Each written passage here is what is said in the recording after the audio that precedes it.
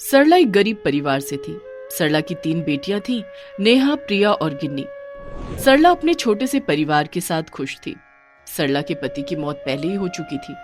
सरला ने ही अपने तीनों बच्चों को पाला।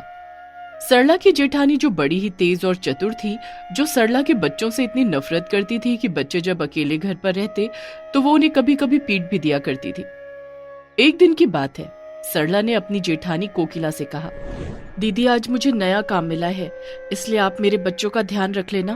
काम तुझे मिला है तो अपने बच्चों को साथ लेकर जा, यहाँ इन बच्चों को कोई नहीं देखेगा।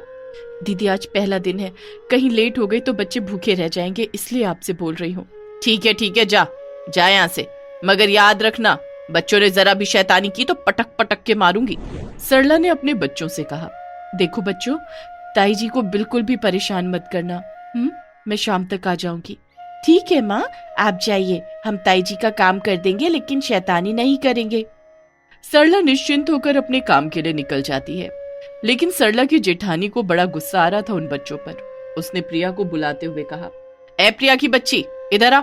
जी ताई जी, क्या बात है? मेरे पैरों में दर्द हो रहा है, इसलिए पैर दबाओ मेरे। प्रिया बेचारी कोकिला के पैर दबाने लगती है कि तभी छोटी बहन नेहा बोली, दीदी माँ ने कहा था कि ताई को परेशान ना करना और तुम पैर दबाकर परेशान कर रही हो। तभी कोकिला चिढ़कर कहती है, क्यों री, अंधी है क्या? दिख नहीं रहा है कि वो मेरे पैर दबा रही है? और तू ज्यादा आंखें मत फाड़, मेरे हाथों को दबा कर चल। नेहा भी कोकिला के हाथ दबाने लगती है। इधर सरला नए काम में इतनी व्यस्त हो जाती है कि उसे खाना खाने का ध्यान ही नहीं रहा। और जब सीढ़ियों पर पोछा कर रही थी तभी उसे चक्कर आ गया और वो सीढ़ियों से नीचे आ गिरी। सरला का मालिक उसे अस्पताल में ले गया और उसने सरला के घर वालों को भी सरला के गिरने की खबर दे दी। सरला के तीनों बच्चे और जेठानी अस्पताल आ गए, जहाँ पर एक लेडीज डॉक्टर कहती है, देखिए इसका बचना मुश्किल है, इसलिए आप लोग इससे कुछ देर बात कर सकते हैं। लेडीज डॉक्टर की बात सुनकर सरला के तीनों बच्चे फूट फूट कर रोने लगे, लेकिन कोकिला मन ही मन बहुत खुश हो रही थी। सरला ने मरते हुए अपने बच्चों से कहा, बच्चों रोते क्यों हो? मेरे रूप में तुम्हारी बड़ी माँ ही देखभाल करेगी। अब मैं अपनी जिम्मेदारी कोकिला बहन तुम्हें देकर जा रही हूँ। इतना कहकर सरला मौत के मुंह में चली गई। सरला की तीनों बेटियां रो रो कर पागल हुए जा रही थी। उस वक्त तो कोकिला ने बच्चों को एक माँ का प्यार दिया। कोकिला ने अपना रंग दिखाना शुरू किया और एक दिन जब सरला की बेटियां खाना खा रही थी तो सरला ने उनके हाथ से खाने की थाली छीनते हुए कहा, इधर लाओ खाना, जब देखो भूखे ही रहते हो। घर का सारा राशन खा गए तुम लोग। तुम्हारी माँ ने मुझे कोई खजाना नहीं दिया है, इसलिए आज से अगर इस घर में खाना खाना है तो तुम तीनों को काम करना होगा और पैसे कमा कर लाना होगा। ताई हम इस उम्र में कैसे काम कर सकती हैं? हमें तो कोई 1 रुपया भी नहीं देगा। तो मैंने कोई धर्मशाला नहीं खोली है जो तुम लोगों को बिठाकर खाना खिलवाऊं। अगर काम पर जाती हो तो यहाँ रुको, वरना ये घर खाली करो और मरो जाकर कहीं और। ताई ये घर हमारी माँ का भी है, हम कैसे चले जाएं? और माँ ने कहा था कि तुम्हें हमारी देखभाल करनी है और आपने भी उस वक्त उनसे मरते समय वादा किया था, भूल गई क्या? वो तीनों बच्चे कोकिला से बराबर जवाब देने लगे। कोकिला गुस्से में आ गई और जलते हुए लकड़ी चूल्हे से लेकर आई और उन तीनों का हाथ जला दिया और गुस्से में बोली, तुम तीनों अगर काम पर नहीं गई तो कल इसी जलती लकड़ी से तुम्हारी आंखें फोड़ दूंगी। वो तीनों बच्चे बहुत डर जाते हैं और डर के मारे भूखे प्यासे काम की तलाश में निकल जाते हैं। अब उनमें से कोई गाड़ी साफ करता तो कोई किसी सेठ के जूते साफ करता। एक दिन पड़ोस की औरतों ने आकर कोकिला से कहा, अरे कोकिला, तुम ये क्या अनर्थ कर रही हो? बेचारे उन माँ बाप के बच्चों पर इतना जुल्म। अरे राम राम राम, उनकी खेलने की उम्र में वो किसी के जूते साफ करते हैं तो किसी की गाड़ी। अरे उसकी मरती माँ से तुमने वादा किया था, उसे तो निभाओ कम से कम। सुनो कमला, मेरे मामले में बोलने की जरूरत नहीं। वो हराम के बच्चे सिर्फ खाने के लिए ही आते हैं, कमा कर 1 पाई भी नहीं लाते। और तुम वकालत करने आ गई? अगर तुम्हें इतना दर्द हो रहा है तो तुम ले जाओ उन मनहूसों को यहाँ से। वो औरतें कोकिला की कटीली बातें सुनकर चली जाती हैं। प्रिया, नेहा और गिन्नी भरी दोपहरी में उन्हें कहीं कोई काम नहीं मिला तो अपनी ताई के डर के कारण भीख मांगने लगती है। लेकिन किसी भी आदमी को रहम नहीं आया और उन्हें भीख भी नसीब नहीं हुई। वो तीनों डरती हुई जब वापस घर आई तो कोकिला ने पूछा, हाँ आज कुछ कमा कर लाई या आज भी कहीं बैठकर सोती रही? ताई जी आज हमने काम की तलाश की लेकिन किसी ने काम नहीं दिया। हमने भीख भी मांगी तो भीख भी नहीं मिली। अरे मनहूसों, तुम्हें ये चमचमाते कपड़े पहने देख भीख देगा कौन? रुको, मैं दिखाती हूँ लोग भीख कैसे देते हैं। कोकिला कमरे में गई और फटे पुराने कपड़े लेकर आई और बोली, ये लो कपड़े, कल से भीख मांग नहीं जाना। ये काम तुम लोग अच्छे से कर पाओगे, लेकिन भीख के लिए किसी को लंगड़ा भी तो होना पड़ेगा ना, तभी लोग पिघलेंगे। अब सरला ने लालच की सारी सीमाएं पार कर दी और उसने गिन्नी के दोनों पैरों में डंडे मार मार कर उसे अपाहिज कर दिया। गिन्नी और वो दोनों बहनें रोती रहीं, लेकिन सरला ने आज माँ शब्द की परिभाषा को ही बदल दिया। उसने वो सारी हदें पार कर दी जो एक हैवान भी नहीं कर सका। बेचारी गिन्नी को बैसाखी के सहारे छोड़ उसे भीख मांगने भेज देती है। अब लोग उसे भीख में पैसे देते और गिन्नी रोती भी रहती। एक दिन प्रिया ने अपनी बहनों से कहा, दीदी, हमें उस नर्क से भाग जाना चाहिए। उस ताई ने हमारी गिन्नी को अपाहिज बना दिया, पता नहीं हमारे साथ क्या करेंगी। नहीं प्रिया, वो कैसी भी हो, आखिर हमारी बड़ी माँ है। एक दिन उन्हें अपनी गलती का एहसास जरूर होगा। भगवान सब ठीक कर देंगे एक दिन, तुम दोनों सब्र रखो। उन तीनों की बातें एक आदमी सुन लेता है और आकर कहता है, बच्चों, मैंने तुम्हारी बातें सुन ली है, तुम लोग चिंता ना करो। मैं उस औरत को सबक सिखाऊंगा और उसे जेल में भी भिजवाऊंगा। मुझे उसके पास ले चलो। अंकल, हमें किसी से कोई शिकायत नहीं, आप जाइए। अगर आप मदद ही करना चाहते हैं तो कुछ रुपए दे दीजिए ताकि मैं अपनी बहन के पैरों का इलाज करा सकूं। उस आदमी को दया आ गई और वो गिन्नी को हॉस्पिटल में ले गया। इत्तेफाक से उसी लेडीज डॉक्टर ने गिन्नी को देखा जिसने उसकी माँ का इलाज किया था। उन तीनों बच्चों के फटे कपड़े और हालत देखकर उस डॉक्टर को दया आ गई। उसने गिन्नी के पैरों का इलाज किया और सारी बात प्रिया से पूछी। प्रिया ने सब कुछ सही बताया और फूट फूट कर रोने लगी। डॉक्टर ने एक पिता की तरह उन तीनों बच्चों के गोद लेने की बात कही और उन तीनों बच्चों का पिता बन गया। जब शाम को बच्चे वापस नहीं आए तो कोकिला उन्हें देखने गई, लेकिन कोकिला को कोई दिखाई नहीं दिया। तभी कोकिला की नजर कार में बैठे उन तीनों बच्चों पर पड़ी और वो गुस्से में बोली, अच्छा, तो तुम तीनों यहाँ पर सैर सपाटा कर रही हो। चलो, तुम दोनों की टांगे भी तोड़ कर रखती हूँ, आओ।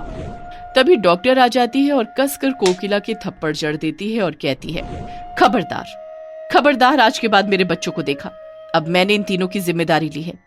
तूने इन तीनों की जिम्मेदारी मेरे हॉस्पिटल में मरते वक्त इसकी माँ से ली थी, लेकिन तूने इन पर इतने जुल्म किए कि तुम माँ कहलाने के लायक नहीं बची। आज से ये तीनों मेरे साथ रहेंगे। और हाँ, मैंने सब वकील से पता कर लिया है कि वो घर जिसमें तुम रहती हो वो इसकी माँ ने अपने बच्चों के नाम किया है, इसलिए अब तुम उस घर को छोड़ दो, वरना पुलिस के हवाले कर दूंगी। कोकिला को वो डॉक्टर उसके घर से निकाल देती है और कोकिला पैसे पैसे को जब मोहताज हुई तो वो उसी जगह भीख मांगती है जहाँ उसने सरला के बच्चों को भीख मांगने के लिए बिठाया था। प्रिया, नेहा और गिन्नी ने एक दिन अपनी नई माँ डॉक्टर से कहा, डॉक्टर जी, आज तक आपने नाम नहीं बताया, हम आपको क्या कहकर बुलाएं? तब डॉक्टर ने कहा, बेटा, मेरा नाम सरला है, जो तुम्हारी माँ का नाम था, इसलिए आज से मैं ही तुम्हारी माँ हूँ और तुम मुझे माँ कहकर बुला सकते हो। ये कहकर सरला डॉक्टर ने उन तीनों बच्चों को बहुत प्यार दिया और उन बिन माँ के बच्चों को अपनी मरी हुई माँ की कभी कमी नहीं खलने दी। जसवंत नगर में दीनू नाम का एक भिखारी रहता था। उसका बेटा था संजू, जो अपने पिता के साथ सड़क पर बैठकर भीख मांगा करता था। संजू के पिता इतने गरीब थे कि कभी कभी उन्हें भूखे पेट ही सोना पड़ता था। एक दिन की बात है, दीनू की तबीयत थोड़ी खराब थी तो उसने अपने बेटे से कहा, बेटा संजू, आज मैं भीख मांगने नहीं जा पाऊंगा, तुम अकेले चले जाओ, देखो शायद कुछ मिल जाए। ठीक है पापा, मैं आज अकेले चला जाता हूँ, भगवान ने चाहा तो आज खाली पेट नहीं सोना पड़ेगा। और सड़क किनारे बैठकर भीख मांगने लगता है। सुबह से दोपहर हुई, दोपहर से शाम, लेकिन इस बार संजू को किसी ने कोई भीख नहीं दी। हे भगवान, आज तो कोई मिला ही नहीं। अगर आज कुछ नहीं मिला तो पापा की दवाई और खाने का इंतजाम कैसे होगा। संजू बेचारा मायूस होकर बैठा था। तभी एक कार से एक सूट बूट में आदमी आया और संजू से बोला, ए लड़के, तू रोज रोज मेरे घर के सामने भीख मांगता है। तेरे बाप से कितनी बार मना किया, लेकिन तुम लोग मानते नहीं हो। किसी दिन पुलिस को बुलाकर अंदर करवा दूंगा, तब समझ आएगी। साहब, मैं आपके घर के बाहर बैठता हूँ पर किसी की चोरी तो नहीं करता, इसमें क्या बुराई है साहब? जुबान लड़ाता है, रुक, अभी तेरी दुकान और तुझे अंदर करवाता हूँ। वो अमीर आदमी गुस्से में पुलिस को बुला लेता है और संजू को थाने में बंद करवा कर पिटाई लगवा देता है। रात में जब पुलिस संजू को छोड़ती है तो पुलिस कहती है, देखो बेटे, आज के बाद उस सेठ के घर के बाहर कभी मत जाना। बड़ा खड़ूस सेठ है वो, समझे? साहब वो खड़ूस है, पर मुझ गरीब के लिए ही। मैंने उसका कुछ नहीं बिगाड़ा, फिर भी उसने मेरी पिटाई आपसे करवाई और आपने भी एक निर्दोष को बिना कुछ सोचे समझे पीट दिया। पुलिस वाला भी मजबूर था, उसने कुछ नहीं कहा। संजू बेचारा दर्द में करहाता हुआ अकेला सुनसान रास्ते में रात में निकल जाता है। कुछ दूर चलने पर उसे एक आदमी मिलता है। वो संजू को रोकते हुए कहता है, बेटा मुझे कुछ खाने को दे दो, बहुत भूखा हूँ। साहब मैं गरीब क्या दे सकता हूँ, वैसे भी एक सेठ ने आज मुझे कुछ देने के लायक ही नहीं छोड़ा। बस ये भीख के कुछ रुपए हैं, चाहो तो ले लो। संजू अपने भीख के रुपए उसे दिखाता है। वो आदमी उन रुपयों को रख लेता है और चलने लगता है। संजू भी पैसे देकर जैसे ही आगे जाता है वैसे ही वो आदमी संजू को रोकते हुए कहता है, अरे बेटा सुनो। क्या है साहब? बेटा मैं तुम्हारा बड़ा दिल देखकर बहुत खुश हूँ और तुम्हें कुछ देना चाहता हूँ। साहब आप मुझ गरीब को क्या देंगे, आप खुद मुझसे पैसे मांग रहे हैं। बेटा तुम जो मुझे समझ रहे हो मैं वो नहीं हूँ, रुको मैं तुम्हें कुछ देता हूँ। उस आदमी ने एक पेड़ के पास रखी उसे एक पुरानी बाइक दी और बोला, बेटा ये बाइक तुम्हें कभी भी किसी के सामने हाथ नहीं फैलाने देगी, इसका ख्याल रखना। संजू उस बाइक को देखता है और जैसे ही वो पीछे मुड़कर उस आदमी को देखता है तो वो आदमी वहां से गायब हो चुका था। संजू बड़ा हैरान था और बोला, अरे वो आदमी कहाँ चला गया? इस बाइक के बारे में पूरी बात भी नहीं बताई। क्या करूं, इसे छोड़ दूं या ले चलूं, समझ नहीं आ रहा। संजू अंत में उस बाइक पर जैसे ही बैठता है तो वो बाइक अपने आप स्टार्ट हो जाती है और जोर जोर से हंसने की आवाज आती है। हुकुम मेरे आका, तेरा गुलाम हाजिर है। बोल कहाँ चलूं, इधर चलूं या उधर चलूं? भाई साहब मुझे घर ले चलो। संजू के इतना कहते ही वो बाइक अचानक हवा में उड़ने लगती है और पल में ही संजू को संजू के घर पर पहुंचा देती है। ये नजारा देख संजू बड़ा खुश होता है और जाकर अपने पापा से कहता है, पापा पापा जल्दी जल्दी चलो। क्या हुआ बेटा, इतना घबरा क्यों रहा है और ये चोट के निशान कैसे आए तुझे? पापा वो छोड़ो और मेरे साथ बाहर आओ जल्दी से। संजू अपने पापा को बाइक के पास ले जाता है। संजू के पापा कहते हैं, बेटा ये बाइक किसकी है? इतनी पुरानी बाइक तो अब चलती भी नहीं है। पापा ये कोई ऐसी वैसी बाइक नहीं है, रुको मैं दिखाता हूँ इसका जादू। संजू फिर से उस बाइक पर बैठ जाता है और वो बाइक फिर से कहती है, हुक्म कर मेरे आका, तेरा ये गुलाम हाजिर है। बोल मेरे आका, किधर चलूं, इधर चलूं या उधर चलूं? मुझे ऊपर आसमान में जाना है। संजू के इतना कहते ही वो बाइक हवा में उड़ने लगती है और संजू को आराम से घुमाती है। ये नजारा देख संजू के पापा चकित रह जाते हैं। संजू नीचे उतरकर कहता है, देखा पापा इसका कमाल, मैं जब चाहूँ जहाँ चाहूँ पल में जा सकता हूँ। बेटा ये भूतिया बाइक है, तू इससे दूर है और ये बाइक हमें क्या देगी, इसे तू जहाँ से लाया है वहीं छोड़ कर आ। तभी संजू कहता है, पापा आपने क्या कहा अभी अभी? यही कि बाइक भूतिया है, ये हमें क्या देगी। संजू फिर से उस बाइक पर बैठ जाता है और वो बाइक फिर से कहती है, हुकुम मेरे आका, तेरा ये गुलाम हाजिर है। बोल कहाँ चलूं, इधर चलूं या उधर? बोल मेरे आका बोल। मुझे ढेर सारे पैसे चाहिए। संजू के इतना कहते ही बाइक की हेडलाइट से मानो पैसों की बरसात होने लगी। संजू ने सारे पैसे ले लिए और अपने पापा को दिए और बोला, पापा अब हमें भीख मांगने की जरूरत नहीं है, अब हम अमीर हो गए हैं। संजू ने धीरे धीरे अपनी सारी काया बदल ली और वो एक अमीर आदमी बन गया। अब संजू अपनी बाइक से उसी सेठ के सामने गया। सेठ ने संजू को जैसे ही देखा वो बोला, ओए लड़के तेरे तो ठाट बाट ही बदल गए। किसकी चोरी की है तूने? साहब, गरीब कभी चोरी नहीं करता, चोरी तो तुम जैसे आदमी करते हैं और गरीब लोगों को सताते हैं। तूने फिर से जबान लड़ाई। रुक, अभी तुझे बताता हूँ। जैसे ही सेठ संजू को मारने के लिए आता है, वैसे ही संजू बाइक पर बैठकर ऊपर उड़ जाता है। सेठ ये देखकर हैरान रह जाता है।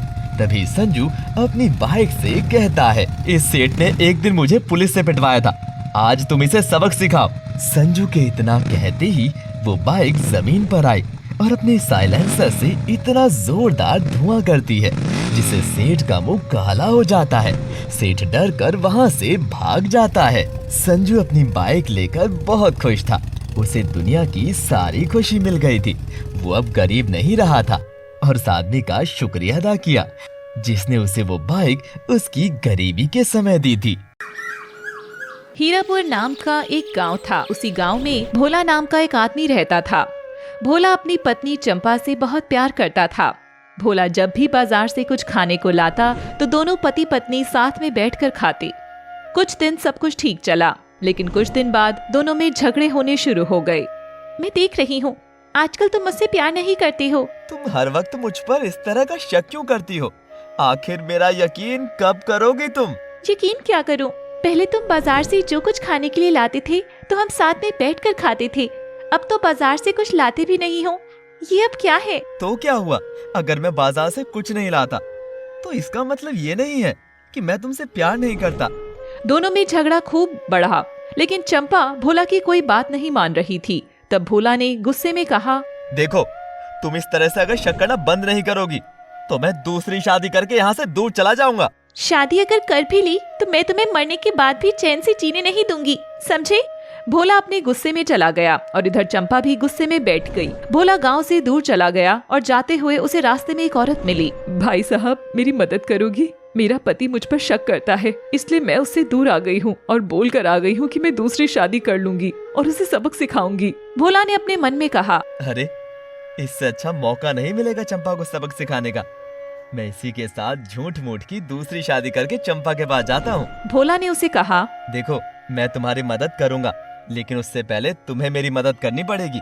भोला ने उस औरत को पूरी बात बताई और उसे नकली शादी करने को तैयार कर लेता है और योजना के मुताबिक अगली सुबह उस औरत के साथ अपने घर आ जाता है, जहां आकर देखता है कि चंपा चारपाई पर लेटी है और उससे जाकर कहता है, देखो चंपा, मैंने अब दूसरी शादी कर ली है, अब तुम्हारा मुझ पर कोई हक नहीं है, समझी? मेरा हक तो मरने के बाद भी नहीं खत्म होगा। तुमने दूसरी शादी कर तो ली, लेकिन मेरी आत्मा तुम्हें चैन से जीने नहीं देगी। तुम मरो तो पहले, मैं आराम से इसके साथ जिंदगी बिता लूंगा। मुझे अब तुम्हारी जरूरत नहीं है। और अगली सुबह जब भोला चंपा को देखता है तो वाकई में वह मर चुकी होती है। भोला को चंपा के मरने का दुख बहुत हुआ।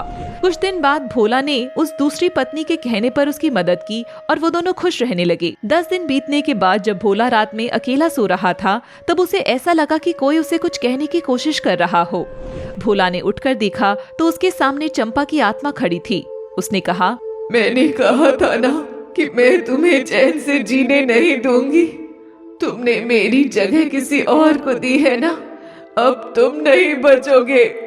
इतना कहकर वो आत्मा गायब हो गई। भोला बहुत घबरा गया और उसे रात भर नींद नहीं आई। अगले दिन फिर उसे वही आवाजें सुनाई दी, मैं तुम्हें जीने नहीं दूंगी। मैं जानती हूँ तुमने अपनी पत्नी में मेरी बुराई की है। तुमने उसे जो कुछ भी बताया है अब मैं सब जानती हूँ। ये कहकर वो आत्मा फिर से गायब हो गई। अब तो भोला डर के मारे कांपने लगा। ना उसे दिन में चैन आता और ना ही रात में। उसने कहा, मैंने तो उस औरत से नकली शादी की थी, लेकिन इस बात का पता मेरी मरी हुई बीवी को कैसे लग गया समझ नहीं आता। मुझे किसी तांत्रिक से बात करनी चाहिए। भोला फौरन एक तांत्रिक के पास गया और उसे सारी बातें बताई। तांत्रिक ने कहा, तेरी पत्नी का भूत बहुत चालाक है। वो दिन रात तुझ पर नजर जमाए बैठी है, इसलिए उसे तेरी सारी बातें मालूम है। लेकिन तुम चिंता ना करो, मेरे पास इसका भी रास्ता है। मैं जैसा कहूँ तुम्हें वैसा ही करना होगा। ठीक है महाराज। देखो, इस बार जब तुम्हारी पत्नी का भूत तुम्हें दिखाई दे तो तुम जमीन पर पड़े कंकड़ को उठाकर उससे पूछना कि इस मुट्ठी में कितने कंकड़ हैं। बस फिर समझ लो कि वो भूत कभी नहीं आएगा। भोला को उस तांत्रिक की बात बड़ी अजीब लगी, लेकिन डर के आगे तो कम ही थी। उसने तांत्रिक के बताए रास्ते पर गया और उसी रात जब भोला घर में अकेला था तो पत्नी की आत्मा फिर से आई और बोली, अच्छा तो तू अब तांत्रिक के पास भी जाने लगा, लेकिन मैं फिर भी तेरा पीछा नहीं छोड़ूंगी। चंपा, तुम्हें कैसे पता कि मैं तांत्रिक के पास गया था? मैं बहुत तेज भूत हूँ, इसलिए। अच्छा, तो तुम इतनी ही होशियार हो तो बताओ, मेरी मुट्ठी में कितने कंकड़ हैं? भोला ने योजना के अनुसार अपनी मुट्ठी में कंकड़ उठा लिए, जिसे देख चंपा का भूत हैरान रह गया और वहाँ से गायब हो गया। भोला ने जब ये नजारा देखा तो बड़ा खुश हुआ और अगली सुबह फिर से तांत्रिक का शुक्रिया अदा करने गया और बोला, तांत्रिक जी, उस भूत से मेरा पीछा छुड़ाने के लिए मैं जीवन भर आपका आभारी रहूंगा। पर मैं ये नहीं समझ पाया कि आखिर उस प्रश्न में ऐसा क्या था कि एक झटके में ही भूत गायब हो गया। बेटा, दरअसल कोई भूत था ही नहीं, तो गायब क्या होता? तांत्रिक की बात सुनकर भोला हैरान रह गया और बोला, लेकिन तांत्रिक जी, मैंने कई बार अपनी पत्नी की आवाजें सुनी है और उसे देखा है। हाँ, कोई भूत था ही नहीं। दरअसल दूसरी शादी करने की वजह से तुम्हें एक अपराध बोध महसूस हो रहा था और उसी वजह से तुम्हारा दिमाग एक भ्रम की स्थिति पैदा कर तुम्हें भूत का अनुभव करा रहा था। पर तांत्रिक जी, ऐसा था तो वो मेरी हर एक बात कैसे जान जाती थी? क्योंकि वो तुम्हारा बनाया हुआ ही भूत था, इसलिए जो कुछ तुम जानते थे वही वो भी जानता था। और यही कारण था कि मैंने तुम्हें वो कंकड़ वाला प्रश्न पूछने को कहा, क्योंकि मैं जानता था कि उसका उत्तर तुम्हें भी नहीं पता होगा और इसीलिए भूत भी इसका उत्तर नहीं दे पाएगा और तुम्हें तुम्हारे दिमाग की ही उपज से छुटकारा मिल जाएगा। लेकिन तांत्रिक जी, मेरी पत्नी को मैंने खुद देखा है अपनी आंखों से। इसका जवाब भी तुम्हें आज घर पर मिल जाएगा। जब तुम घर में अकेले हो तब कहना कि मुझे माफ कर दो, मैंने दूसरी शादी नहीं की है। भोला फिर से अपने घर में अकेला बैठा था और तभी उसे तांत्रिक की बात याद आई और उसने कहा, मुझे माफ कर दो चंपा, मैंने दूसरी शादी नहीं की है, ये सब झूठ का खेल था। लेकिन इस बार कोई आवाज नहीं आई। अब भोला परेशान होने लगा कि उसकी पत्नी वाकई में दूर चली गई है, जहाँ से वो कभी नहीं आएगी। भोला मायूस होकर उसकी तस्वीर देखकर रोने लगा और माफी मांगने लगा। तभी उसकी पत्नी चंपा उस दूसरी औरत के साथ आई और बोली, मैं जानती हूँ तुम मुझसे ही प्यार करते हो, मेरे बिना नहीं रह सकते हो ना। चंपा, मुझे छोड़कर मत जाओ, मुझे कोई और नहीं बल्कि तुम ही चाहिए। ये औरत भी नहीं चाहिए जिसे तुम मेरी सौतन बनाकर लाए थे। तुम्हें कैसे मालूम हुआ कि मैंने इससे नकली शादी की है? भूल गए तांत्रिक ने क्या कहा था? जो बात तुम अपराध बस सोचते हो, उसी बात को छिपाने के लिए उसे बार बार बोलते हो।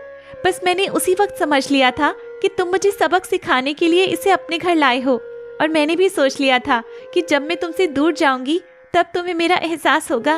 लेकिन ये तो बताओ कि मेरे कंकड़ वाला सवाल पूछने पर तुम कहाँ गायब हो गई थी? मैं गायब नहीं हुई थी, बल्कि तांत्रिक के पास गई थी, ये पूछने की उसने तुम्हें ऐसा क्या विचार दिया कि उसका जवाब मैं न दे पाऊँ। इसका मतलब तुम तांत्रिक के पास भी जाती थी? हाँ, जब तुम उस औरत को मेरे लिए ला सकते हो तो मैं तांत्रिक को क्यों नहीं? इसलिए तांत्रिक बार बार कह रहा था कि मैं हर वक्त तुम पर नजर लगाए हुए हूँ। इसका मतलब मैं सोच रहा था कि मैं तुम्हें सबक सिखाऊंगा, लेकिन तुमने तो मुझे ही सबक सिखा दिया। आखिर बीवी किसकी हो? भोला ने चंपा को गले लगा लिया और दोनों फिर से हंसी खुशी रहने लगे।